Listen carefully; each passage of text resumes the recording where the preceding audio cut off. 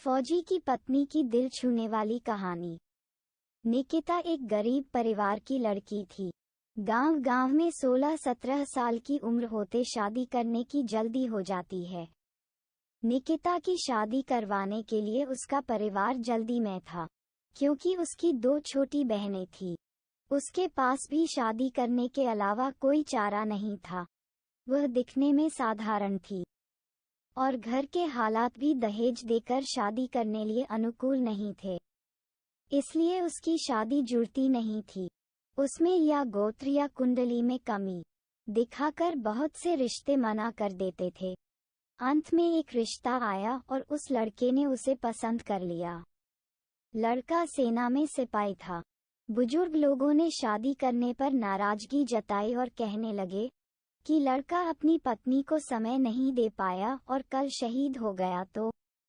पिता ने बेटी से पूछा। निकिता ने अपने पिता की परेशानी देखकर शादी के लिए हामी भर दी और शादी हो गई। निकिता अपने ससुराल चली गई। फिर कुछ दिन बाद पति ड्यूटी पर चला गया।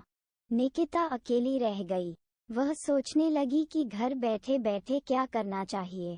सास से पूछने के बाद ही वह पहली बार घर की सीढ़ियों से नीचे उतरी। ये गांव कैसा है? वह देखने गई थी। गांव बहुत बड़ा था।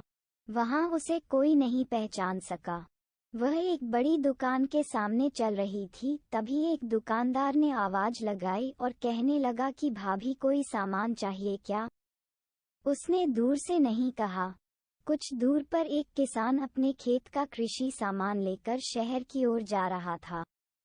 उस किसान ने निकिता को सलाम किया और पूछने लगा, भाभी आज यहाँ कहाँ?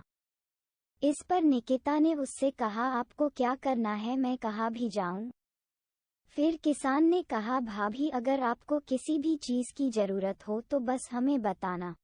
धीरे धीरे निकिता आधा गांव घूम चुकी थी, लेकिन ऐसे किसी से कभी नहीं मिली जिसने उससे बात नहीं की है। निकिता का सवाल था, इतने बड़े गांव में हमने कभी घर नहीं छोड़ा और किसी को जानते भी नहीं है, और फिर भी लोग मेरे साथ इतने प्यार से पेश आ रहे हैं और मुझे इतना सम्मान दे रहे हैं। हमारे गांव में कभी मैं पुरुषों से आंख भी नहीं मिला पाती थी।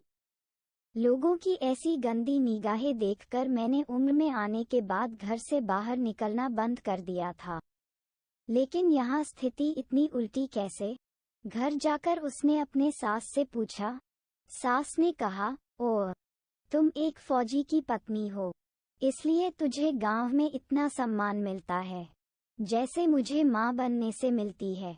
ये सुनकर निकिता की आंखों में खुशी के आंसू आ गए। उसका सीना गर्व से फूल गया। वह खुश थी कि उसने एक फौजी पति चुना था।